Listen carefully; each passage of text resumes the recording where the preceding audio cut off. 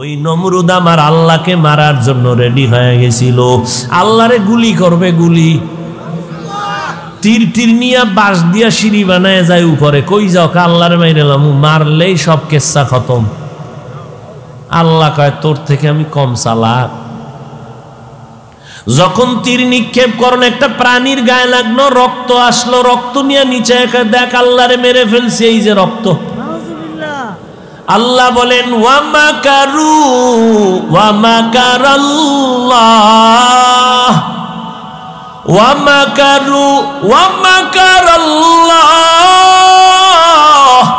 ওয়াল্লাহু খায়রুল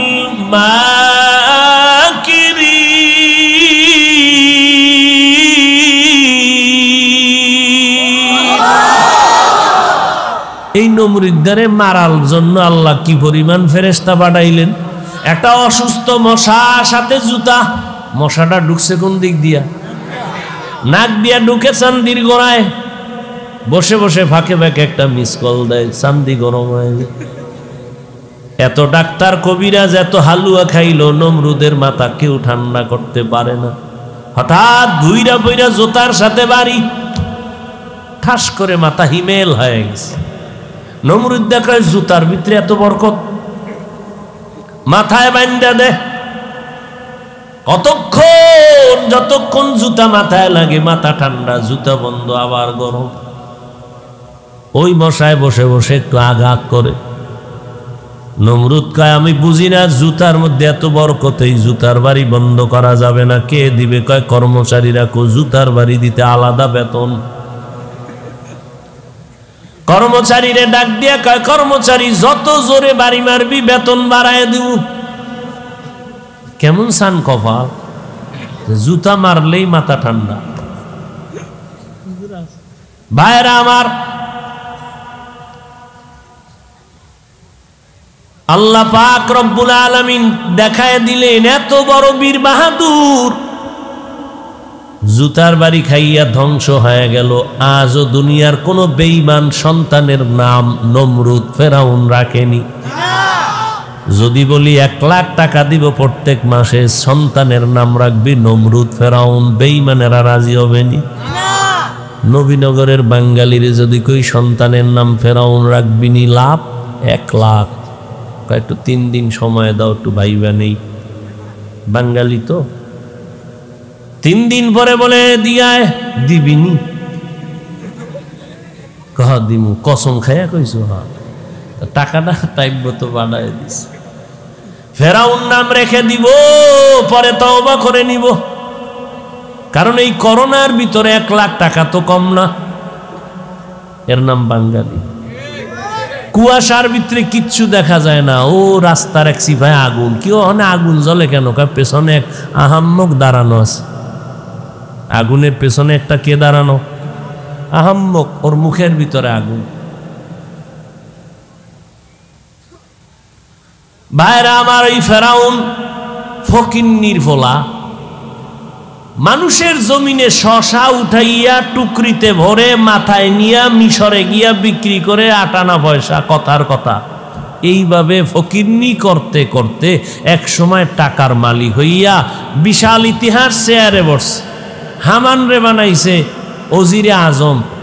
চেয়ারে বয়া ফেরাউন বলে, হামান কি যাহাবনা? কয় ভিতরে তো গরম গরম ভাব। বলে কি চাও? বলে খোদা খোদা দাবি করতে মনে চায়, তাই করো। যেহেতু দাবি করবই, ছোটখাটো খোদা দাবি করে লাভ নাই। আনা রব্বুকুমুল আলা, আমি হলাম সব থেকে বড় খোদা। সেই ফেরাউন ধ্বংস হয়ে গেল। মশা মাছি কেউ পছন্দ করে না, আজও তার লাশ পড়ে আছে। কোথায়? কোটি টাকার মালিক দেখো, অভাব হয় না দূর। গরিব ঘুমায় আরাম করে, মনটা বাহাদুর। ফেরাউনের লাশটা দেখো মিশর জাদু ঘরে, খায় না মাটি পোকা মাছি, সবাই ঘৃণা করে। হৃদয়ে থাকিবে যার নম্রতা সদা, রহমত আসিবে সেথা প্রভুর ওয়াদা। বড়র বাড়াই থাকলে দিলে রহমত আসবে না, নিজেকে নিজে ছোট মনে করিও সাদা। উঁচু জমিন থেকে পানি নিচু জমিনে যায়, তেমনি খোদার রহমত আসে নম্রতার হৃদয়। ভোগবিলাসের বাড়ি গাড়ি পরে রবে সব, থাকতে সময় স্মরণ করো আল্লাহ আমার রব। রব্বি আল্লাহ লা ইলাহা গায়রুহু ওয়া নবিহি মুহাম্মদ মুস্তাফাহু। এরে নবীর উম্মতের দল ও যুবক, ওয়াজে আইছো এখন ঘুমাইতে মন চায়? বাঙালির ঘুম আসেনি? পৃথিবীর নিকৃষ্টতম অ্যাটম বোম দুনিয়াতে আবিষ্কার হইয়া মানুষের পকেটে ঢুকার থেকেই ঘুম শেষ। দুনিয়ার বড় বড় গবেষকরা অ্যাটম বোম তৈরি করেছে। অ্যাটম বোম, মিসাইল, কামান। এক অ্যাটম বোম মেরে দিলে বাংলাদেশ দেখবা 3 মিনিটে নাই, ওটা আমেরিকা গেছি গা। কিন্তু এই অ্যাটম বোমে জমিন ধ্বংস হবে। তো তোমার আমার পকেটের মধ্যে যে অ্যাটম বোম বেঈমানের বাচ্চারা ঢুকায় দিছে, এটার দ্বারা শুধু দুনিয়া যাবে না, আখিরাত বরবাদ হয়ে যাবে। ওই অ্যাটম বোমের নাম কি? খুব খুশির খবর না? না যেভাবে হাসতেছো না, খুব মজার কথা বলছি, হাসির কথা। লজ্জা শরম না থাকলে আর কোনো বয়ানে ধরবে না। ১৫০০ বছর আগে নবী বলে গেছেন, লা ঈমান লিমান লা হায়া আলা, যার লজ্জা নাই তার ঈমান নাই। ওরা ল্যাংটা করলেও কয় এখনো অর্ধেক ইজ্জত বাকি আছে। এর যুবক, তোমার মতো যুবক জীবনে মাদ্রাসায় পড়ে নাই, আলিফ বা তাও শিখে নাই। একটু নজর দিয়া তাকাইয়া দেখো,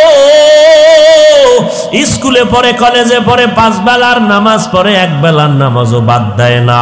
তোমরা জিহ্বা নাড়াইয়া একটু সাক্ষী দাও, আমি সত্য বললাম নাকি মিথ্যা বলেছি। তোমার ক্লাসের যুবক যুবতী যদি নামাজ পড়ে, বলো বাবা তুমি কেন পারবা না? অথচ তুমি আল্লাহ মানো, নবী মানো, কোরআন মানো, জাহান্নাম জান্নাত মানো, সব তোমাকে এত বয়ান করে বুঝাইতে হবে কেন? আরে আমাদের কথা মিথ্যা কেন মনে করেছো? তোমার চোখের সামনে আজ আমরা নবীর আদর্শ মানতে গিয়ে কই আমাদের সম্মান তো মোটেও কমলো না, আমাদের ইজ্জত কমে নাই। অতএব তুমি কেন নবীর তরিকার মালা গলায় লাগাইতে পারো না? আল্লাহ বলে, বান্দা আয় তওবা কর। আমি আল্লাহ তওবার দরজা খুলে রাখলাম, তওবা কর, কান্নাওয়ালা তওবা। আমি জিন্দেগির গুনাহ একটা সেকেন্ডের মধ্যে তোমারে মাফ করে দিব। ও নবীর উম্মতের দল, আল্লাহর দরবারে কান্না করো, তওবা করো। আজকে তুমি আল্লাহর নবীর উম্মত হইয়া সেই নবীরে চিনতে পারলা না। অথচ সাহাবায়ে কেরামের ইতিহাস, 10 জন সাহাবা জান্নাতের টিকেট পেয়েছেন। এর মধ্যে আবু বকর, ওমর, ওসমান, আলী। জীবনটা ভর এদের ইলমের অভাব নাই, আমলের অভাব নাই, তাকওয়ার অভাব নাই। আবু বকরের মতো বান্দা কত দামি। মদিনার নবী বলেন, ও দুনিয়ার উম্মতেরা, আমার আবু বকরের দাম কত? আবু বকর সব মুমিনের নেক আমল যদি এক পাল্লায় দাও, আমার আবু বকরের নেকের পাল্লা ভারী হয়ে যাবে। ওই আবু বকরের জান্নাতের টিকিট রেডি। তারপর আবু বকর ইবাদত বাড়াইয়া রাতের বেলা নামাজে দাঁড়ায় দাঁড়ায় কান্না করে। নবী নামাজের পরে বলে, আবু বকর নামাজে কাঁদলেন কেন? আবু বকর বলে, আল্লাহর আদালতে হাজির হওয়ার ভয়, এই জন্য কান্না করেছি। বলে, ভয় কেন? আপনার না জান্নাতের টিকিট রেডি? আবু বকর চোখের পানি ছেড়ে বলে, নবীজি, যেই আল্লাহ জান্নাতের টিকিট দিয়েছেন, ওই আল্লাহ যদি একদিন বেজার হয়ে যায়, টিকিট ক্যান্সেল হয়ে যেতে পারে। আবু বকরের মতো বান্দা কত দামি, সে যদি কান্না করে, জান্নাতের টিকিট পাইয়াও যদি জীবনভর কান্না করে, আমি কবরে কেমনে থাকবো? ওমরে ফারুক যদি জীবনটা দিয়া কান্না করেন, ও ভাইজান, তোমার আমার এলেম নাই, আমল নাই, তাকওয়া নাই, টুকটাক যা করি তাও অহংকারী ভাবের কারণে সব সওয়াব বরবাদ হয়ে গেল। যেইভাবে সেজদা দিলে আল্লাহ খুশি হবে, জীবনটা কাটাইতে একটা সেজদা ওইভাবে দিতে পারি নাই। যেইভাবে নামাজে দাঁড়াইলে আমার আল্লাহর আরশে আজিম কাঁপতে থাকবে, ওইভাবে নামাজ পড়তে পারি নাই। ওরে মানুষের মজার বয়ান দিলাম, অথচ আমি আল্লাহর কাছে মজাদার হইতে পারলাম না, আল্লাহরে আমার কলিজায় মজাদার বানাইতে পারলাম না। আমাকে মানুষ কত মহব্বত করে, সম্মান করে, এত মজার বয়ান, কিন্তু আমার অন্তরে কিবিরের কবিরা গুনাহ, হাসাদের কবিরা গুনাহ, গীবত শিকায়াতের গুনাহ আমার অন্তর ভরে আছে। বয়ানটা কইরা গাড়ির মধ্যে বসিয়াই আমি বাসায় যাওয়া পর্যন্ত মোবাইলে ফেসবুক চালাই, নাচ গান, নাউযুবিল্লাহি মিন যালিক। আমি গুনার কথা বলতেছি, গীবত শিকায়াত করতেছি, চোখ দিয়া ফেসবুক চালাইতে বাড়ি গেলাম। ওরে বাড়ি যাই আল্লাহ না করুন না জানি ঘুমায় পড়লাম, ফজরের এখনো 2 ঘন্টা সময় বাকি। এমন একটা ঘুম দিলাম, টাটকা বয়ান কইরা গিয়া বাসায় ঘুম দিলাম, 10টায় উঠা দেখলাম ফজরের আর নামাজের কোনো খবর নাই। এই যদি হয় আমার হালাত, মানুষ আমারে যতই প্রাথমিকভাবে সম্মান করুক, এই সম্মানের কোনো মেয়াদ নাই। হঠাৎ করে দেখবা তুমি পড়ছো, হঠাৎ করে মাটিতে পড়ে গেছো। যদি সাহাবায়ে কেরাম জান্নাতের টিকিট পাইয়া কান্না করেন, তো তোমার আমার আমল নাই, এলেম নাই, তাকওয়া নাই, কিচ্ছু নাই, উল্টা অহংকারের জায়গা অন্তরের দিয়া দিলাম। আমার জিহ্বাটা মিথ্যা বলে নাপাক করে ফেললাম, গীবত করে নাপাক করে ফেললাম। অন্যের ভালো সইতে পারি না, কবিরা গুনাহ। নিজের প্রশংসা করতে মজা পাই, কবিরা গুনাহ। অন্যের প্রশংসা শুনলে মেজাজ গরম হয়ে যায়, কবিরা গুনাহ।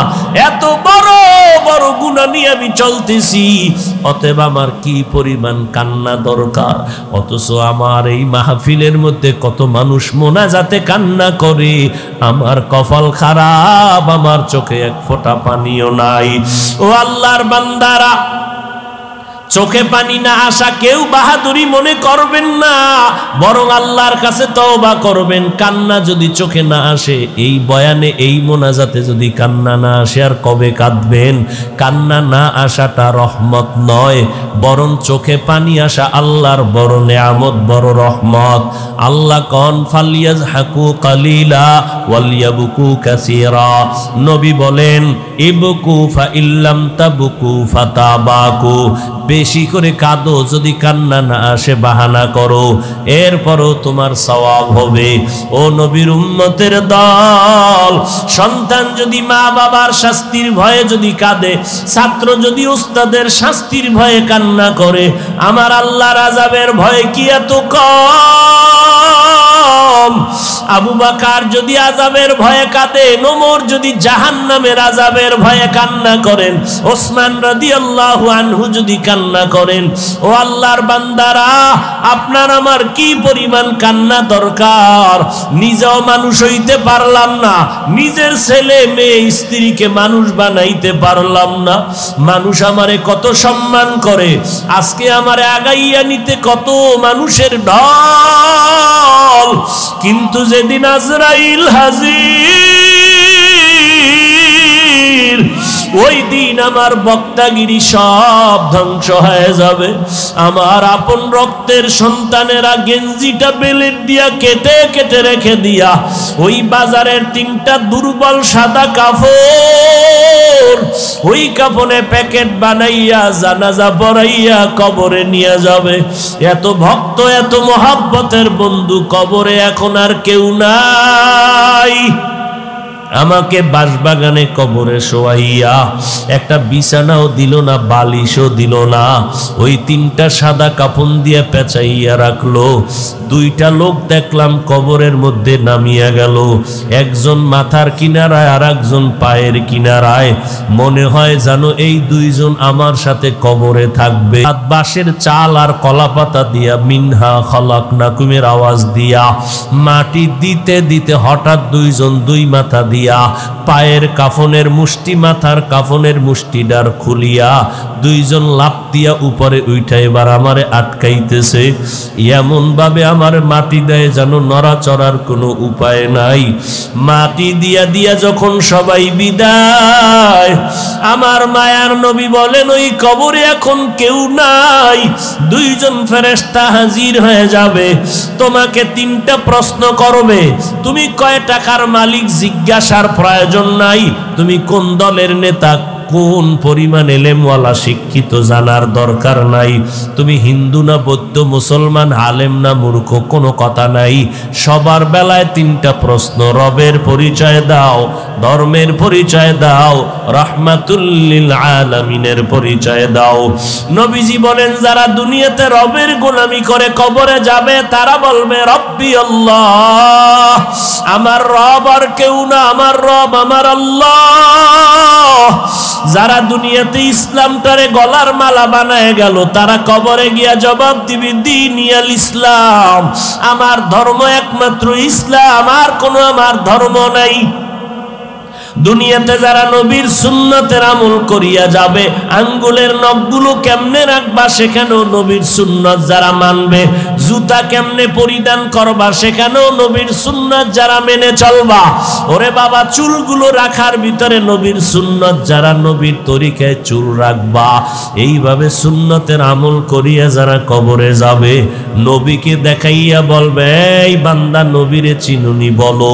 যারা আমার নবীর সুন্নতের আশেক এরা দেখা মাত্র চিনে ফেলবে, বলবে ইনি তো আমার সেই নবী যেই নবীরে না দেখে দাড়ি রাখলাম, টুপি পরলাম, আলেমদের মোহাব্বতের বয়ানে নামাজ পড়লাম। কত মানুষ টুপিওয়ালা বলে গালি দিল, পাগড়িওয়ালা বলে গালি দিল, তারপর নবীর সুন্নত ছাড়ি নাই। নবী বলেন সাথে সাথে আল্লাহ গায়বী আওয়াজ দিবেন, ও কবরের ফেরেশতা আর আমার বান্দাটারে ডিস্টার্ব করবা না, জান্নাতের বিছানাটা বিছাইয়া দাও, 3.5 হাত কবরটারে বড় বালাখানা বানাও, কবরের ভেতরে জান্নাতের সাথে রাস্তা খুলে দাও, আমার বান্দা আরামে ঘুমাবে, দুনিয়াতে আরামে ঘুমাইতে পারে নাই। সবাই যখন ঘুমাইয়া যাইতো আমার এই আশেকটা যায় নামাজ বিছাইয়া কান্না শুরু করত, সিজদায় পড়ে ডাকতো আর বলতো ইয়া রব্বি হাবলি, আমাকে ডাকতো আর চোখের পানি ছেড়ে কান্না করতো। ঘুমাইতে পারে না, খেতে পারে না, এখন আরামে ঘুমাবার ব্যবস্থা করে দাও, কিয়ামতের আগের দিন পর্যন্ত আমার বান্দা আরামে ঘুমাবে। নবী আফসোস করে বলে দুনিয়াতে যারা রবের গোলামি করে না, ইসলাম মানে না, সুন্নতের আমল না করিয়া তওবা না করে গুনাহ নিয়ে কবরে যাবে, তাদেরকেও যখন 3টা প্রশ্ন করা হবে, ওই নাফরমান বেনামাজি গুনাহগারেরা বলবে হা হা লা আদরি, আফসোস আমি কিছুই জানি না, কিছুই জানি না। নবী বলেন সাথে সাথে আল্লাহ গায়বী আওয়াজ দিয়া বলবেন, ও কবরের ফেরেশতা নাফরমানের ধর, আমি আল্লাহ পাকের নেয়ামত দুনিয়াতে কম ভোগ করে নাই, আমার দেওয়া সূর্যের আলো, চাঁদের আলো, আসমান জমিন, আমার দেওয়া বৃষ্টির পানি, আমার দেওয়া জমিনের ফসল, গাছের ফল খাইলো, এত বড় নিমক হারাম একবার শুকর আদায়ার্থে আলহামদুলিল্লাহ বলে নাই। ওলামায়ে কেরাম পায়ে ধরে দাওয়াত দিত, নামাজ পড়ে নাই। এখন আর দেরি না করে কবরের জাহান্নামের বিছানাটা দিয়া দাও, কবরটাকে জাহান্নামের আগুন দিয়া ভরিয়া দাও। একটা না, 2টা না, 70 থেকে 99টা সাপ কবর ভরে যাবে। নবী বলেন আমার আল্লাহ সর্বশেষ কুদরতের আওয়াজ দিয়া বলবেন, ও কবরের মাটি, এই নাফরমানকে দুই পার্শ্ব থেকে জোরে জোরে চাপ দাও, এত জোরে চাপ দিবে পাঁজরের হাড় চুরমার হয়ে যাবে। ও আল্লাহর বান্দা, ও যুবকেরা, আল্লাহর আযাব সহ্য করার শক্তি নাই। দুনিয়াতে প্রচন্ড ঠান্ডা সহ্য করা যায় না, গরম সহ্য করা যায় না, একটা বেতের বাড়ি মশার কামড় সহ্য করা যায় না। গুনাহ নিয়ে যদি কবরে যাও, ওই সাপের কামড়, মাটির চাপ কেমনে সহ্য করবা? কপাল ভালো থাকলে দুই ফোঁটা চোখের পানি ছেড়ে আমার মাওলাকে ডাকো আর তওবা করো, আর বলো, দয়ার মালিক, এই ময়দানে আমার মতো গুনাহগার কেউ নাই। গুনার কারণে আমার হাত না পাক, আমার চোখ না পাক, আমার জিহ্বা না পাক, অন্তর না পাক। আয় আল্লাহ, গুনাহ নিয়ে কবরে যেতে চাই না, নেক আমল অবস্থায় যেতে চাই। জাহান্নামের আগুন সহ্য করার শক্তি হবে না রে আল্লাহ। দুফোঁটা চোখের পানি ছেড়ে তওবা করো, আমার আল্লাহ সাথে সাথে জীবনের গুনাহ মাফ করে দিবেন। ও যুবকেরা, স্কুলে পড়ো, কলেজে পড়ো, চাকরি করো, ব্যবসা করো, বাধা নাই। মা বাবার দোয়া নিয়া, আলেমদের পরামর্শ নিয়া পাঁচ বেলার নামাজ পড়ো, নবীর সুন্নাত মানো, মুরব্বীদের দোয়া নিয়া চলো। অহংকারী ভাব দেখাইয়া কারো সাথে খারাপ ব্যবহার করে কষ্ট দিও না। ও আল্লাহর বান্দারা, তওবা করে নাও, জীবনে আর নামাজ ছাড়বা না, বেপরদায় চলবা না, দাড়ি কাটবা না, মা বাবারে কষ্ট দিবা না, ওলামায়ে কেরামের বিরোধিতা করবা না। আল্লাহর কাছে অন্তর দিয়া যদি তওবা করতে পারো, আমার আল্লাহ জীবনের গুনাহ মাফ করে দিবেন। ও আল্লাহ তাকায় দেখতেছেন কার অন্তরের কি হালাত।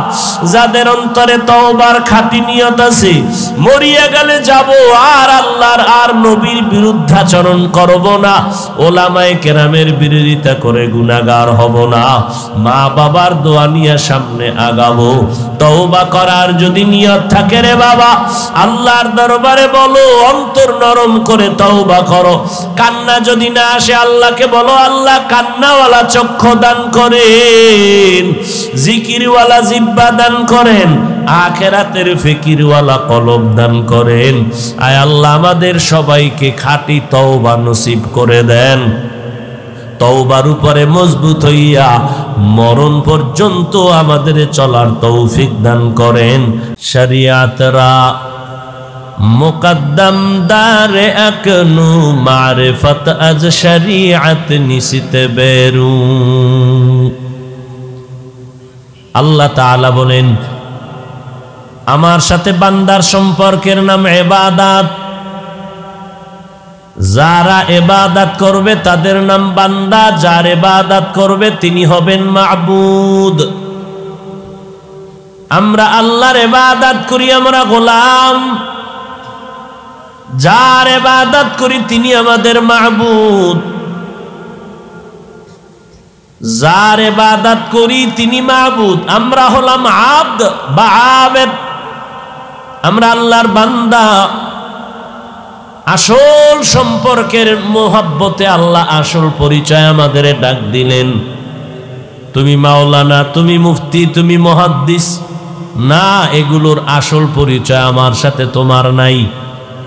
আমার কাছে তোমার মুফতিগিরির ভ্যালু নাই, আমার কাছে তোমার বক্তাগিরির ভ্যালু নাই, আমার কাছে তোমার টাকা পয়সা কোটিপতির মূল্যায়ন নাই। আমি এই জন্য বলছি, আমার কাছে মুক্তি না হইয়া আসবা না, এ কথা বলি নাই। কোটিপতি হয়ে আসবা না হয় আসবা না বলি নাই।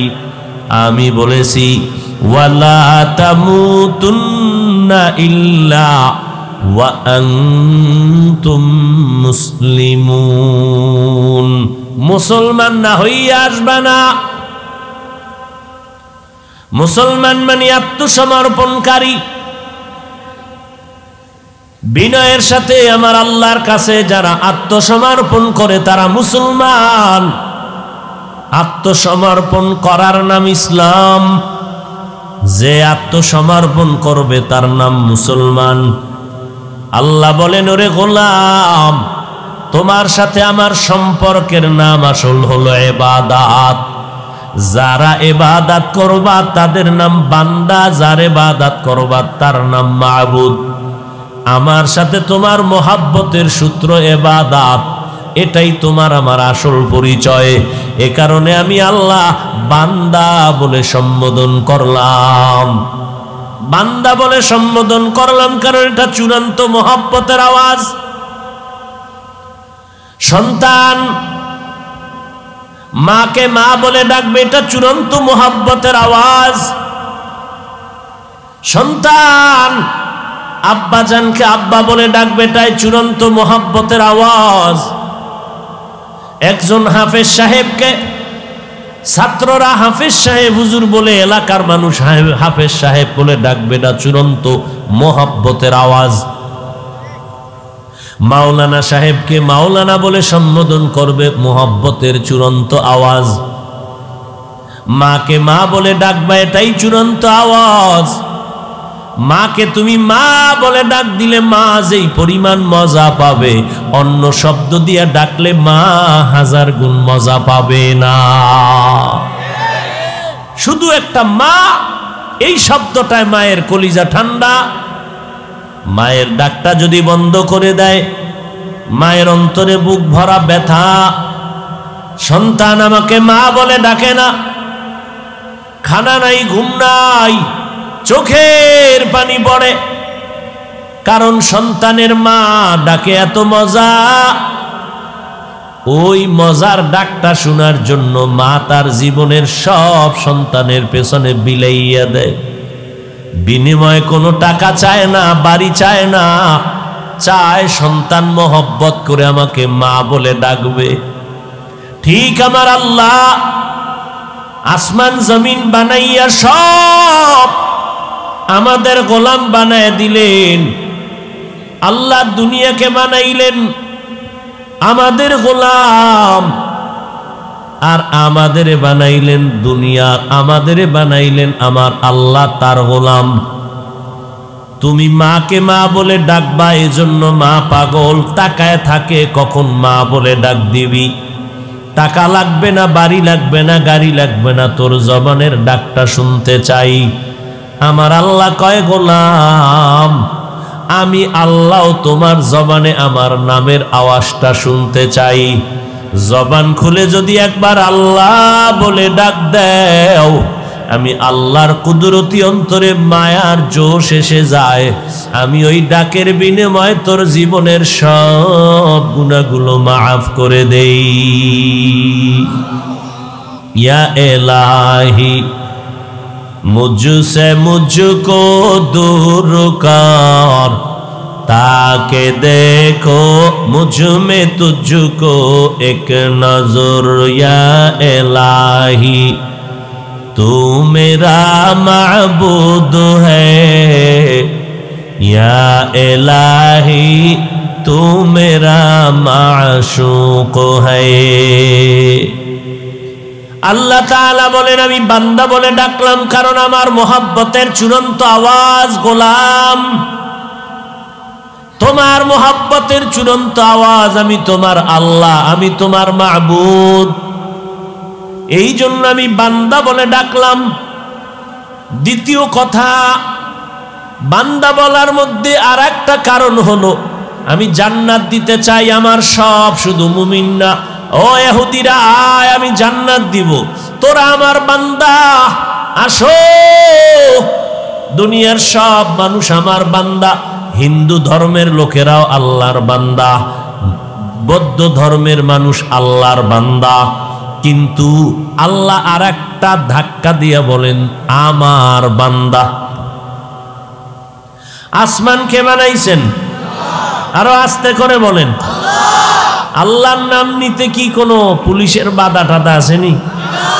জিব্বা নাড়ায় আল্লাহকে বলবেন, এর থেকে আর ভালো মজার কিছু আছে? জোরে বলেন কে? জমিন বানাইলেন কে?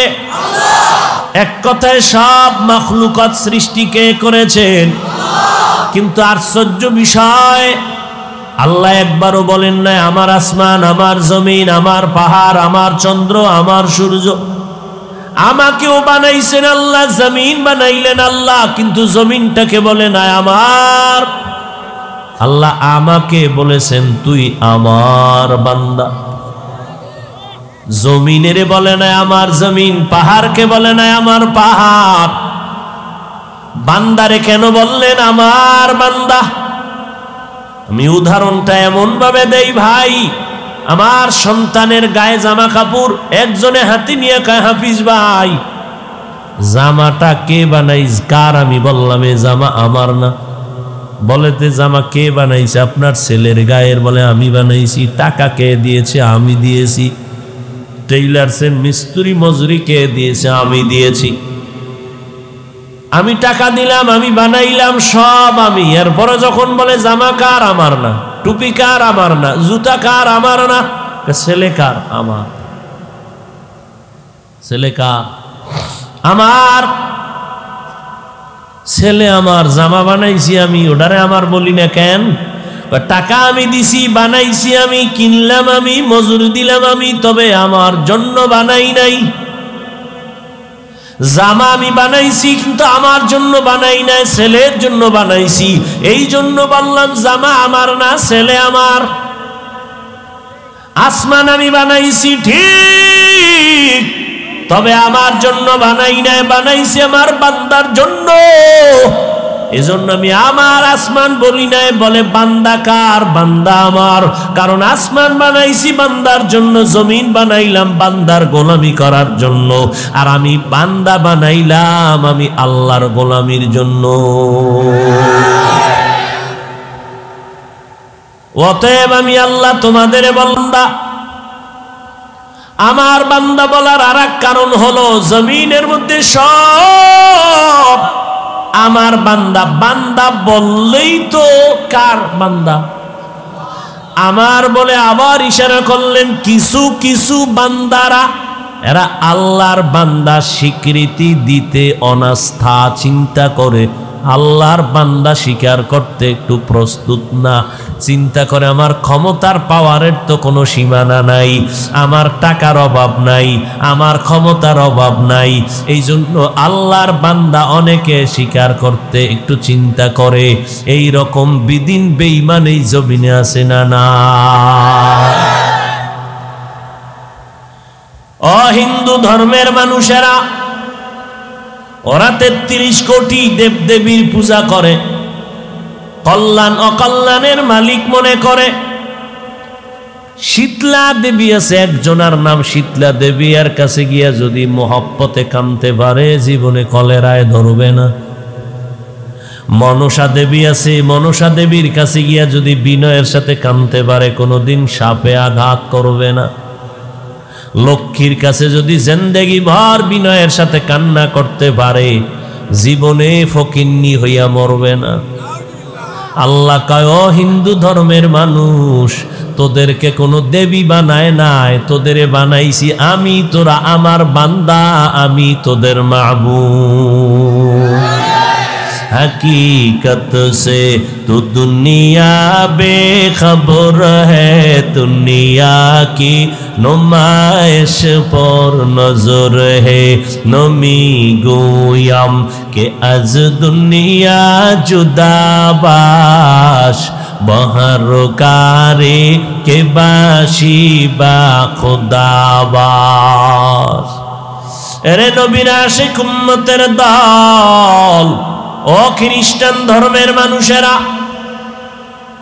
যিশু খ্রিস্টকে তোমরা মাথার মুকুট মনে করেছো, ঈসা নবীরে তোমরা মনে করো খোদা খোদা ভাব, অথচ তোমরা যারে খোদার আসনে বসাইছো তারেও তো আমি বানাইছি। মারিয়ামের গর্ভে ঈসারে দান করলাম, বাবা নাই। এলাকার সব মানুষ গরম হয়ে গেল, এই মারিয়াম স্বামী নাই, বিয়া হয় নাই, ছেলে পাইলি কই? মারিয়াম বলে আমারে আল্লাহ দিছে, কয় মানি না। এমন পেঁচে ফালাইলো, আযাব আর রিমান্ড যখন শুরু হয়ে গেল, ওই সময়ে রোজাদারের নিয়ম ছিল কথা বললে রোজা ভেঙ্গে যাবে। কথা বললে এই আইনটা যদি আমাকে বাঙালির হইতো, ডেলি 30টা রোজা রাখতো ডেলি। মারিয়াম বললেন আমি রোজাদার, আমি জবাব দিব না। আসলেই এই সন্তানকে দিছে, সন্তানরে জিগাও, বাচ্চাকে জিগাও। বলে বাচ্চা কথা বলতে পারেনি, জিগাও। সব মানুষগুলো এবার মারিয়ামের সামনে ঈসা বাচ্চা ঈসা নবীরে জিগাইব পিচ্ছি কোলের ভেতরে, এই তোরে কে বানাইছে, তুই কেমনে এলি মারিয়ামের গর্ভে? সাথে সাথে ঈসার জবান খুলে গেল, আওয়াজ তুলে বললেন ইন্নী আবদুল্লাহ আতানিয়াল কিতাব, আমি আল্লাহর গোলাম, আমি আল্লাহর বান্দা, আমারে আল্লাহ বানাইছেন। আমার আল্লাহ চাইলে সব পারে, বান্দা চাইলে কিছুই পারে না। কাদের কুদরত দারি বর কামাল, আন্তা রব্বি আন্তা হাসবি যুল জালাল, তুহি কাদের জলিলুল্লাহ জাহাদার, বহর হালে তুহি মেরা নেগাহদার। আল্লাহ চাইলে সব হয়, বান্দা চাইলে কিছুই হয় না। আল্লাহ চাইলে মদিনার নবী চায় আবু জাহাল কালেমা পড়, আল্লাহ কয় আমি চাই না আবু জাহাল কালেমা পড়বে। নবী চেষ্টা কম করেন না, আবু জাহালের জবানে কালেমা জারি হয় নাই। এরে নবীর উম্মত, আমার আল্লাহ চাইলেন ওমরের মতো বান্দা কালেমা পড়বে, কালেমা পড়েই ফেলল। কালেমার বদৌলতে আল্লাহ ওমরের এমন পাওয়ার দান করলেন, এখন ওমর যেই পথে চলে শয়তান ওই পথে চলে না, পালায় যায়। কেমন বেড়া, শয়তান দেখলে পালায় যায়। এক বাঙালি কয় হুজুর আলহামদুলিল্লাহ শয়তান আমারে দেখলো পালায়। কেন তুই ওমর নি? কয় না তো পালায় কেন? কয় আমি শয়তানের থেকেও বড় শয়তান। শয়তান জানে না যে এই পথে 4টা আকাম আছে, যে আকামের খবর আমি জানি। শয়তান এগুলো জানে না। যেই ওমর অর্ধজাহান শাসন করলেন খেজুর পাতায় বসে, কোনো গার্ড নাই, সিকিউরিটি গার্ড নাই, বডি গার্ড নাই, অর্ধ দুনিয়া শাসন করে গেলেন, কোনো গার্ডমার নেই। আজ 1500 বছর পরে সোনার বাংলায় দাঁড়াই এক মাওলানা কয় ওমরে ফারুক ভণ্ড। ভাগ্যের নির্মম পরিহাস। আজকে চিল্লাইয়া চিল্লাইয়া বয়ান করে করে না খানা আছে না ঘুম আছে, শরীর ঠিক নাই, কত কষ্ট করতেছি সারা দেশে দৌড়াইয়া।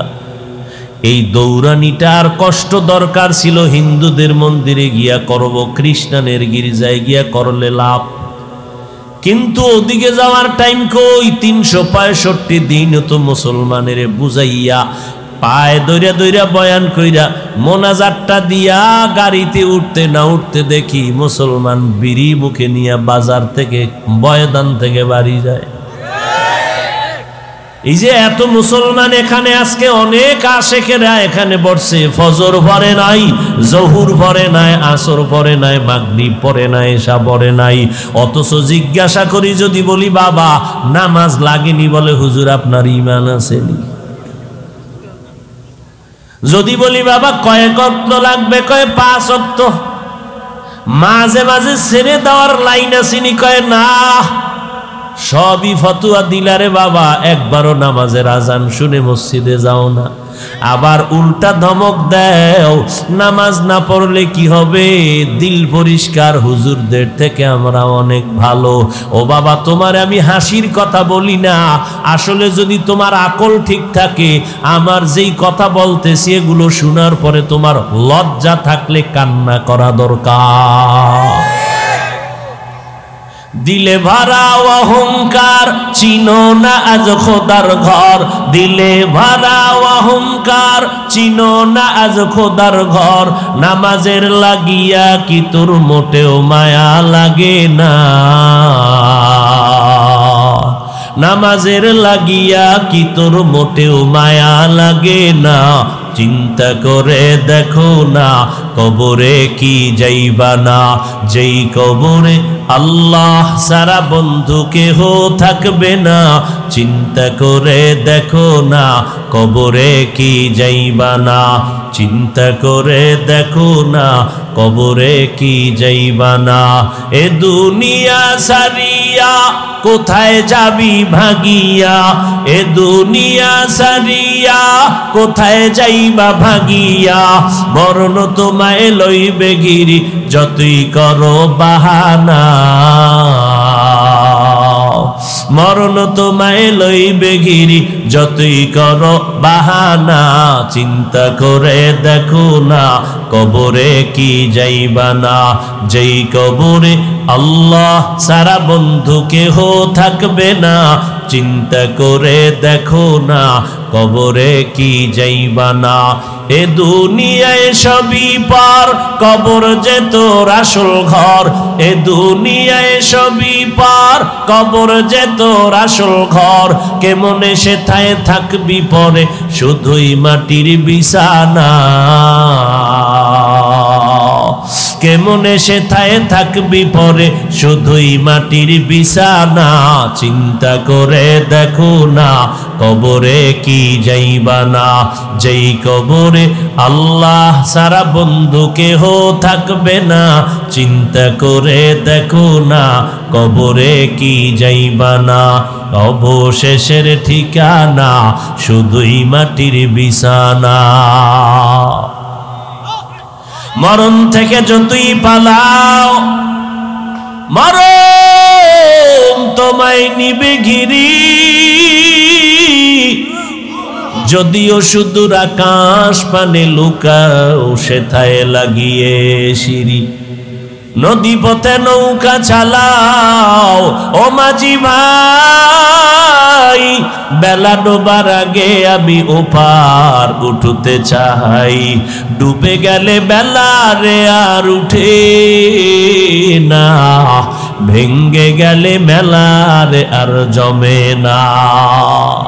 কয়দিন আর বাহাদুরি করবি রে যুবক?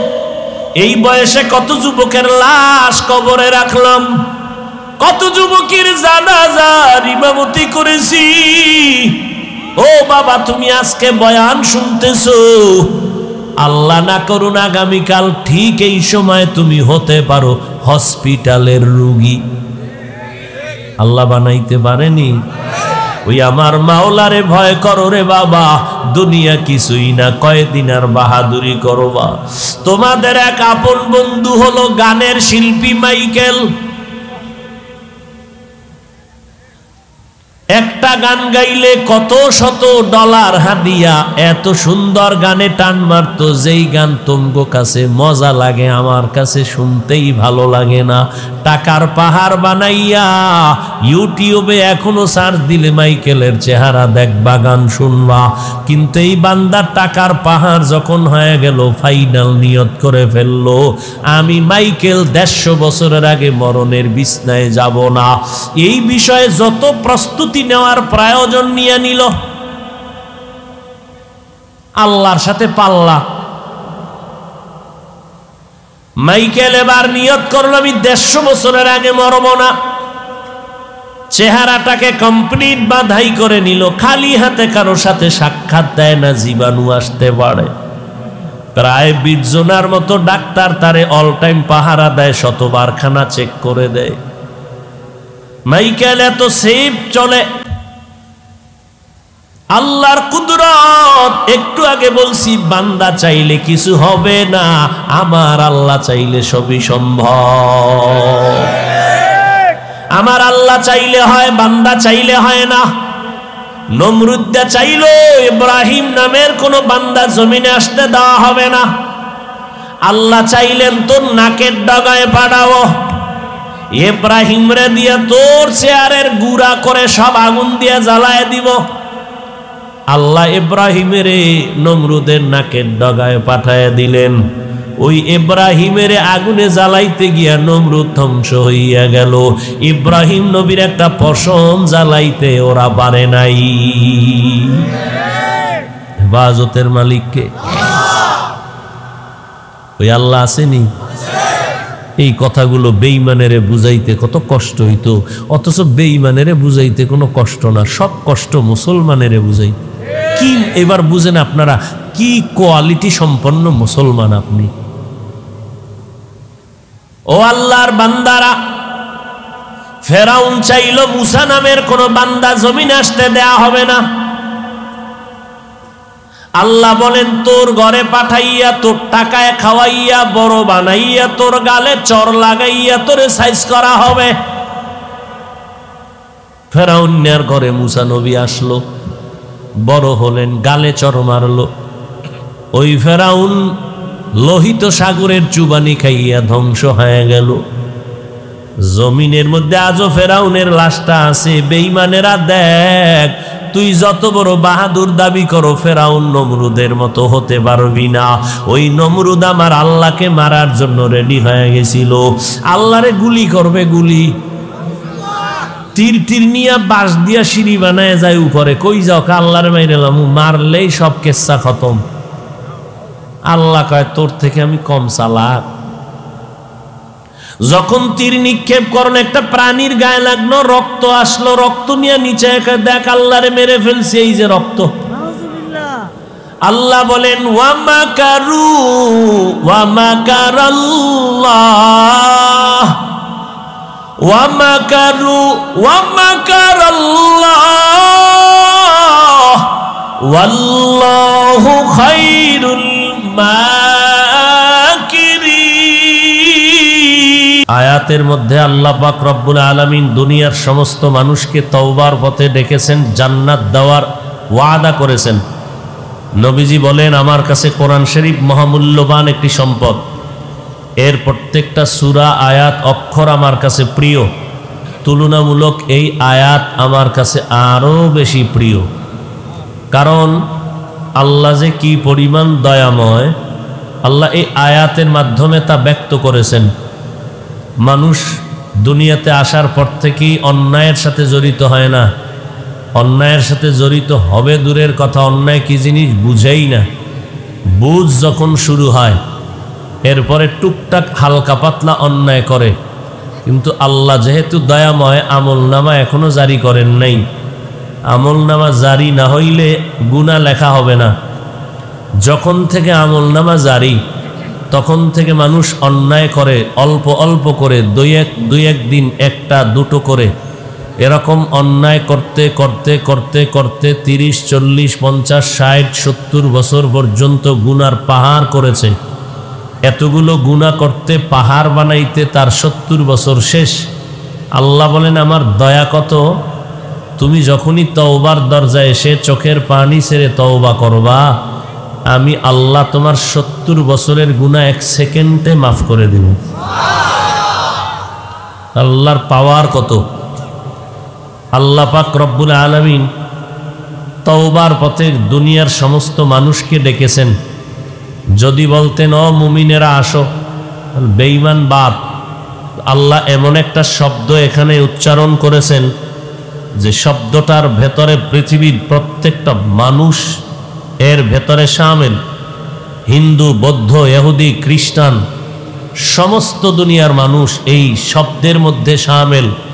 শব্দটা আরবি আওয়াজ হলো আব্দ, বাংলা বা উর্দু হলো বান্দা। আল্লাহ বলেন আমার বান্দা, শুধু বান্দাই বলেন নাই, কি বলেছেন? ইবাদি, আমার প্রিয় বান্দা। আল্লাহ বান্দা শব্দ বলে সবাইকে ডাকলেন কেন? যে আল্লাহর সাথে আমাদের সম্পর্ক, দুনিয়াতে একের সাথে অন্যের সম্পর্কের একটা সূত্র থাকে। ছাত্র ওস্তাদদের সম্পর্ক, মা বাপ সন্তানের সম্পর্ক, মুমিন মুমিনের সম্পর্ক, ঠিক আল্লাহর সাথে আমাদেরও একটা সম্পর্ক আছে।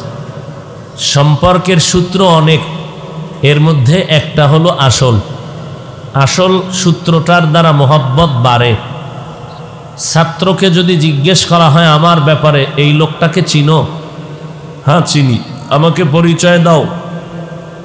এর নামেই, বাবার নামেই, মায়ের নামেই, এলাকা, থানা, জেলা, অমুক জায়গায়, অমুক মসজিদে ইমামতি করে, এই পরিচয় একটা দিল। আর ছাত্র যদি ডাইরেক্ট পরিচয় দেয় যে আমার ওস্তাদ, আমার শিক্ষক, তাহলে এটা আসল পরিচয় এবং মোহাব্বতের পরিচয়। এই পরিচয় মোহাব্বত বেড়ে গেল। ছাত্রের ব্যাপারে যদি আমাকে বলা হয় এই ছেলেটাকে, আমি তাকে পরিচয় দিলাম, ওর নাম এই, বাড়ি এই, বাবা এই, অমুক মাদ্রাসার ছাত্র, আর সব বাদ দিয়ে যদি বলি আমার ছাত্র, এর দ্বারা সন্তানের সম্মান বাড়লো না কমলো? বাড়লো। আল্লাহকে বলে আসমানের মালিক, জমিনের মালিক, হুয়াল হাইয়ুল কাইয়ুম, এটাও এক পরিচয়। আমার সাথে আল্লাহর মোহাব্বতের পরিচয় কি? তিনি আমার মাবুদ, তিনি আমার আল্লাহ। যদি বলেন এই তোমার পরিচয় কি? বলবে আমার বাবার বাড়ি এই, মায়ের বাড়ি এই, আমার পরিচয়ে আমি কাজ করি। আল্লাহ যদি ফেরেশতাকে বলে এত পরিচয় দরকার নাই, আমার বান্দা, আমার আর কোনো কিছুর দরকার আছে? এমপি সাহেব পার্লামেন্টে ঢুকবেন, মন্ত্রী ঢুকবেন, পাস কার্ড আছে, চিনে ফেলছে। অপরিচিত একজন লোক ঢুকতেছে, প্রহরী বা গার্ড বলে এই তুমি ঢুকো কেন? পরিচয়। এমপি যদি বলে এটা আমার বন্ধু, কোনো পরিচয়ের দরকার আছে? আল্লাহ পাক এজন্য আল্লাহর সাথে আমাদের পরিচয়ের মূল সূত্র, মোহাব্বতের মূল সূত্রের নাম ইবাদত। আল্লাহর সাথে বান্দার সম্পর্কের নাম ইবাদত। কারণ আল্লাহ আমাদেরকে সৃষ্টি করেছেন ওই ইবাদতের জন্য। ওয়ামা খালাকতুল জিন্না ওয়াল ইনসা ইল্লা লিয়াবুদুন। আল্লাহ বলেন আমি মানুষ জিন সৃষ্টি করেছি একমাত্র আমার ইবাদতের জন্য। কিসের জন্য? ইবাদত। ইবাদতের মাধ্যমে আল্লাহর সাথে পরিচয় হবে। এজন্য অধিকাংশ মুফাসসিরিনে কেরাম এখানে আরেক ধরনের তরজমা করেছেন, ওয়ামা খালাকতুল জিন্না ওয়াল ইনসা ইল্লা লিয়াবুদুন, আয় ওয়ামা খালাকতুল জিন্না ওয়াল ইনসা ইল্লা লিয়ারিফুন। আরাফা ইয়ারিফু থেকে মারেফাত, মারেফাত মানে পরিচয় লাভ করা। আল্লাহ কয় আমি মানুষ দুনিয়াতে পাঠানোর একমাত্র কারণ আমার মারেফাত অর্জন করার জন্য। মারেফাত পরিচয় লাভ হবে ইবাদতের মাধ্যমে। অতএব যারা বলে মারেফাত আমরা মানি না তারা বাতিল। যারা বলে মারেফাত আমার জীবন শরীয়তের টাইম নাই তারাও বাতিল। যারা বলবে শরীয়তের ভেতরেই মারেফাত তারা আহলে হক। দুধের মধ্যে মাখন আছে না নাই? দেখা যায়, দেখা যায় আছে। যে কথাটা কত পার্সেন্ট সত্য? আপনি গাভীর 5 কেজি দুধ নিয়ে বললেন এই দুধের মধ্যে মাখন আছে, একজনে এটাকে সত্যায়িত করার জন্য হাত ঢুকায় দিল, 1.5 ঘন্টা খুঁজলো মাখন কই, ঘাম ছুটায় এক চিমটি মাখনও পেল না। বলো তুই একটা মিথ্যাবাদী, ধোঁকাবাজ। ওর কথা আপনি ধোঁকাবাজ? হ্যাঁ, আপনি বলবেন কিয়ামত যেমন সত্য, পূর্ব দিগন্ত থেকে সূর্য উদিত হইয়া পশ্চিম দিগন্তে অস্তমিত হওয়া যেমন সত্য, গাভীর দুধের মধ্যেই মাখন আছে কথাটাও দেখি না, 1.5 ঘন্টা খুঁজলাম পাইলাম না। হ্যাঁ আছে, খুঁজতে হবে লাইন মতো, অনলাইনে খুঁজলে পাওয়া যাবে। শরীয়তের মধ্যেই মারেফত, দেখা যায় না, ধরা যায় না, খুঁজতে থাকো, লাইন মতো খুঁজো, পেয়ে যাবে। লাইন ছাড়া না, লাইন মতো। লাইন কি? বিনা উজুতে খুঁজো, গাঞ্জা খায় খুঁজো, বেপর্দায় খুঁজো। শরিয়াতরা মুকদ্দম দারে আকনু মারিফত আজ শরিয়ত নিসত বেরু শরিয়ত হো तरीक़त हो तमामी हकीकत में मुहम्मद के गुलामी। একদল বলে আমরা মারিফত মানি না, তারা বাতিল। আর একদল এই জমিনে আছে, এরা বলে মারিফত আমাদের আসল। শরীয়ত আমরা মানি না, তারাও। এরকম বহু মারিফতের সম্রাট আছে যারা শরীয়ত মানে না, মারিফতের সম্রাট হয়ে লাল কাপড় পেঁচায় বসে থাকেন। আছে না নাই? এরা আঙ্গুলের নখগুলো সাধনা করে অনেক বড় বানায়। 10 আঙ্গুলে আংটি 20টা। ঠিকমতো গোসল নাই, খাওন নাই, নিরামিষ খায়, সাধনা করে। এরা সাধক, মারিফতের সম্রাট। এদের চুল যেমন লম্বা, মোচ আরো লম্বা। মোচ এত বড় যে এটাকে ঘুরাইয়া কানের উপর দিয়ে নিয়ে ফেলে দেয়। কারণ মারিফতের সম্রাটদের একটা আলাদা গেট আপ থাকতে হবে না, আলাদা এর পরিচয়। পেছন থেকে তাকাইলে নারী না পুরুষ চিনার কোনো উপায় নেই। কথা বুঝেননি?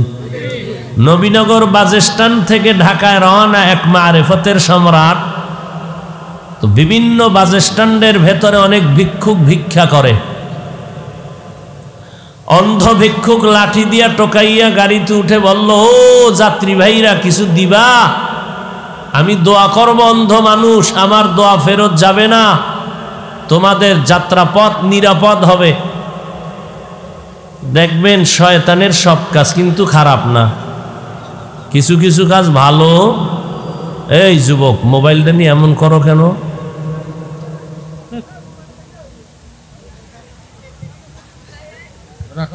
ভাইরা আমার, এবার মারিফতের সম্রাট কিছু টাকা দিল। কাকে? এই মোনাজাতটা দিয়ে দিলে কপালটা পুড়ে যাবে কিন্তু। বাকি শুধু হাত দুইটা শুধু উঁচা করব, এই, আর নিচে নামবে না আগামী বছরের আগে। আল্লাহ সব ভাইকে হেদায়াত দান করুন।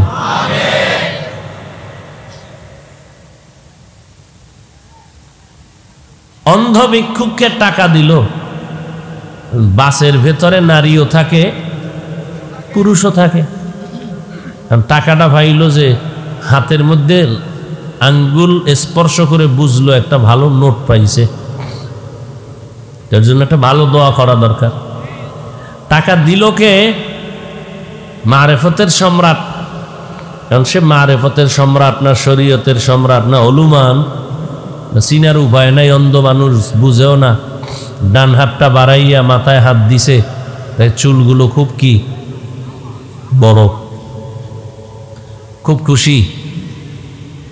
মনের মতো একটা দোয়া করে দিল, আল্লাহ, চাওয়া মাত্র দিয়ে দিল। পুরুষের কপালে ঠাড়া বলল বোধহয়, প্রথমে আমাকে এক মহিলাই দান করে দিল, লম্বা চুলওয়ালা।